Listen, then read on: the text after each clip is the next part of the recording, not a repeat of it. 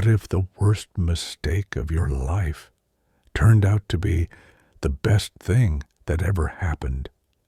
When Matthew and Marilla Cuthbert request an orphan boy to help on their farm, they expect a useful laborer, silent, obedient, unremarkable. What arrives instead is a girl with flaming red hair, an unstoppable tongue, and an imagination so wild it threatens to turn their quiet world upside down. She talks to trees. She renames lakes. She sees beauty in the most ordinary things and tragedy in the smallest setbacks. The Cuthberts want to send her back immediately. But Anne Shirley, with two E's because it's more distinguished, has other plans. She will not be unwanted, not anymore, not ever again. This is the story of how one strange, passionate, impossible girl conquered a town that didn't know it needed her. Welcome to Anne of Green Gables, Part 1, The Mistake. Matthew Cuthbert is a shy, quiet bachelor who lives with his unmarried sister Marilla on their farm in Avonlea, Prince Edward Island. They're growing old, and the farm work is becoming too much. After much deliberation, they decide to adopt a boy from the orphanage, someone strong enough to help with chores. Matthew drives his buggy to the train station to collect their new farmhand, but when he arrives, he finds something unexpected. A skinny, freckled girl of 11 sitting on a pile of luggage, waiting with desperate hope in her eyes. This is Anne Shirley, and she won't stop talking. As they drive back to Green Gables through the beautiful spring evening, Anne floods Matthew with words about the cherry trees that look like brides, about the road she names the White Way of Delight, about the lake she immediately rechristens the Lake of Shining Waters. She's been starved for beauty, starved for love, and now that she has an audience, the words pour out like a dam breaking. Matthew, who rarely speaks at all, finds himself enchanted. But when they arrive home, Marilla's face turns to stone. "There's been a mistake," Marilla says coldly. "We asked for a boy." Anne's face crumbles. She's heard these words before, the words of rejection, of being unwanted, of not being enough. She's been shuttled between orphanages and temporary homes where she was treated as free labor. She's scrubbed floors, cared for sets of twins and triplets, slept in corners, and dreamed of a place where someone might want her. "You don't want me," Anne cries. "Nobody has ever wanted me. I might have known it was too beautiful to last." She breaks down in desperate, theatrical tears. Matthew, overwhelmed and compassionate, argues they should keep her, but Marilla is firm. The girl will be returned to the orphanage in the morning. That night, Anne lies awake in the little room under the eaves, a room she's already named the White Room of Peace. She doesn't cry anymore. She's learned that tears don't change minds. Tomorrow, she'll be sent back to a life without beauty, without hope, without home. But Marilla Cuthbert, lying awake in her own room, is beginning to have doubts. Part 2. A trial period. Morning comes. Marilla prepares to take Anne back, but something stops her.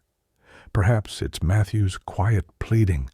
Perhaps it's Anne's desperate courage.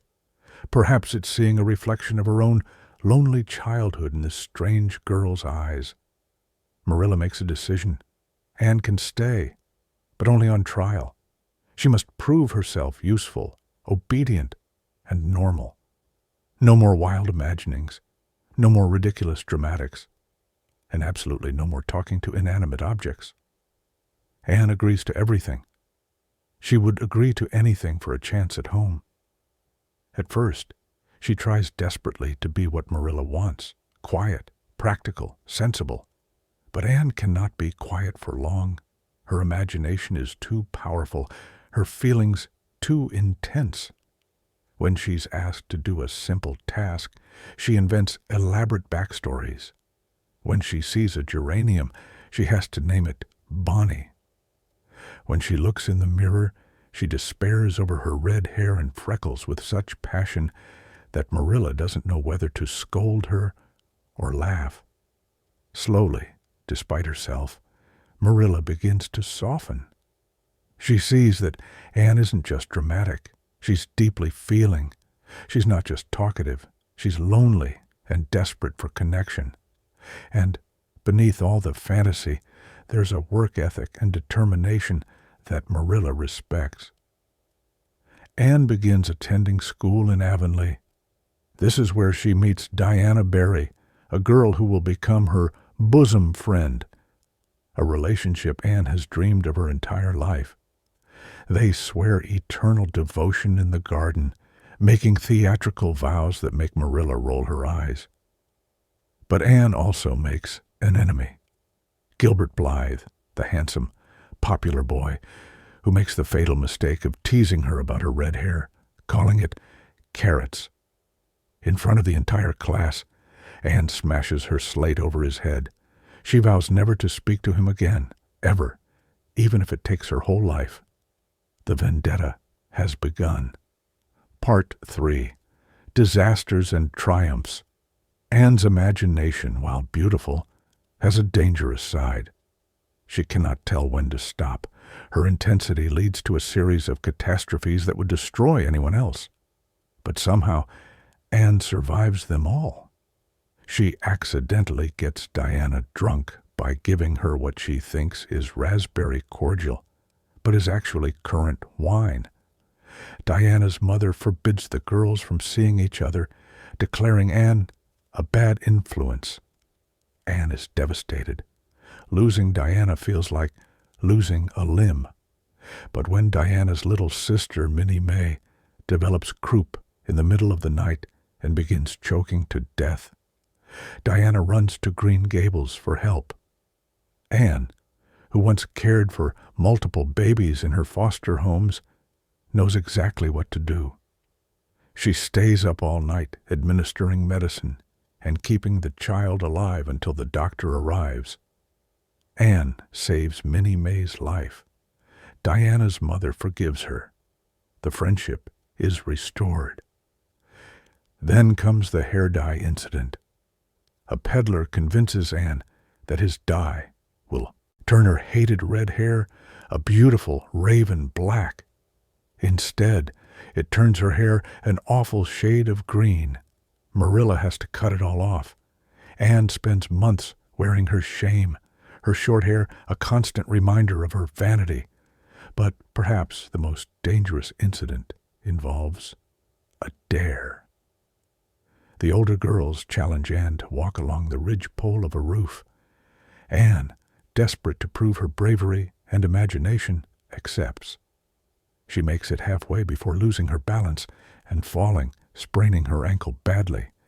Marilla is furious and terrified. "You could have been killed," she shouts.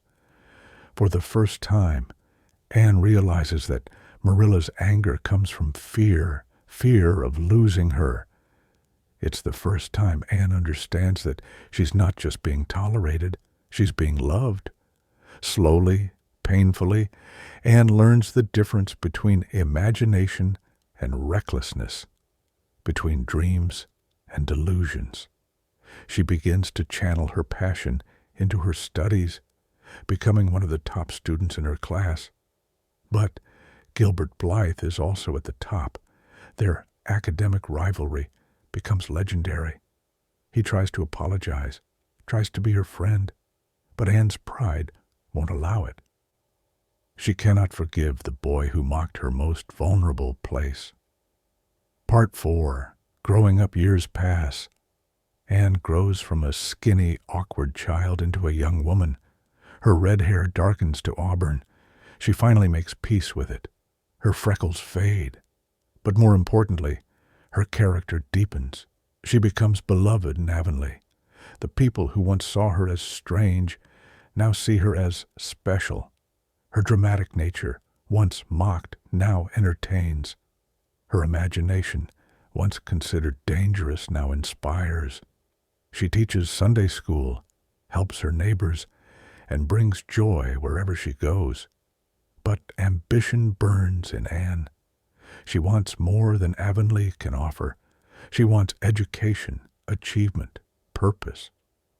When the chance comes to compete for a scholarship to Queen's Academy, a teaching college, Anne studies with fierce determination. Gilbert Blythe is also competing. Their rivalry intensifies.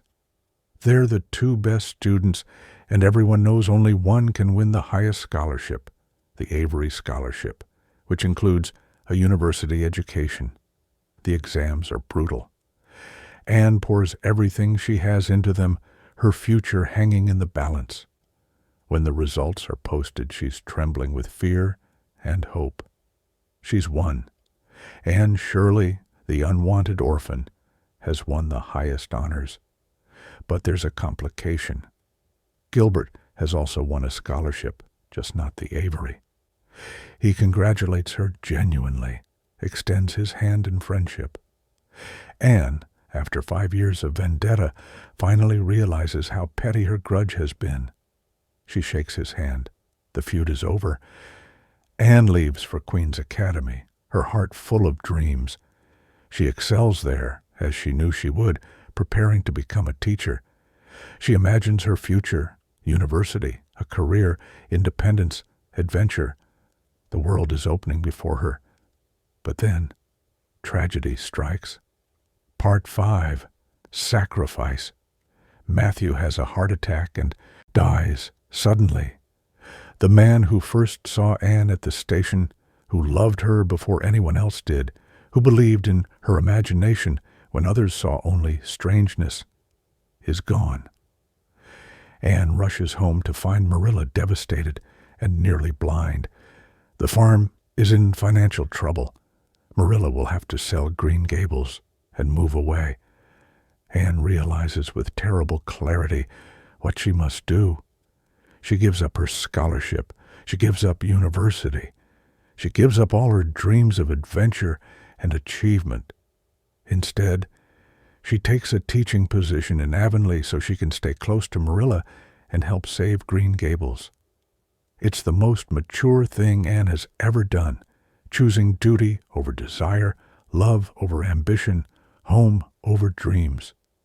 But there's a problem. The teaching position in Avonlea has already been promised to Gilbert Blythe. When Gilbert hears what Anne has sacrificed, he makes a sacrifice of his own.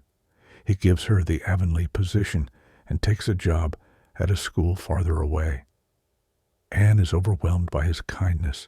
They finally, truly become friends. No rivalry, no grudges, just mutual respect and understanding. One evening they walk together down the road Anne once named the White Way of Delight.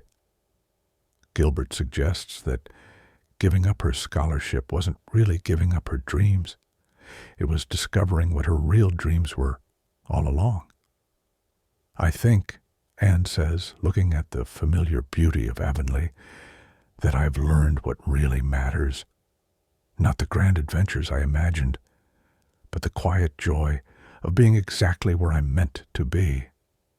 She looks around at the place she once arrived at by mistake, the place that became her home, her life, her purpose. She realizes that all her dreams of exotic places and grand futures were really just dreams of one thing, belonging. And here, in Green Gables, with Marilla growing old beside her, and Gilbert walking the roads with her and Diana always, her bosom friend, she has found exactly that. Anne of Green Gables is a story about transformation, not of Anne, but of everyone around her. The town that wanted to send her back learned to see the world through her eyes. The practical people learned the value of imagination. The rigid learned the power of passion. But it's also about Anne's own transformation, learning that sometimes the grandest adventure is accepting love, that sometimes the greatest achievement is knowing when to stay, and that sometimes the most distinguished thing a person can be is simply home. L.M. Montgomery created a character who reminds us that being different isn't a flaw to be fixed, but a gift to be celebrated. Anne's imagination didn't need to be tamed. The world needed to catch up to her vision. And perhaps, most powerfully, this is a story about how the worst mistakes, like requesting a boy and getting Anne instead, can become the most beautiful blessings. Thank you for listening to Anne of Green Gables. If you enjoyed this journey to Prince Edward Island, please subscribe for more classic tales. Until next time, may you always find your kindred spirits and your own green gables.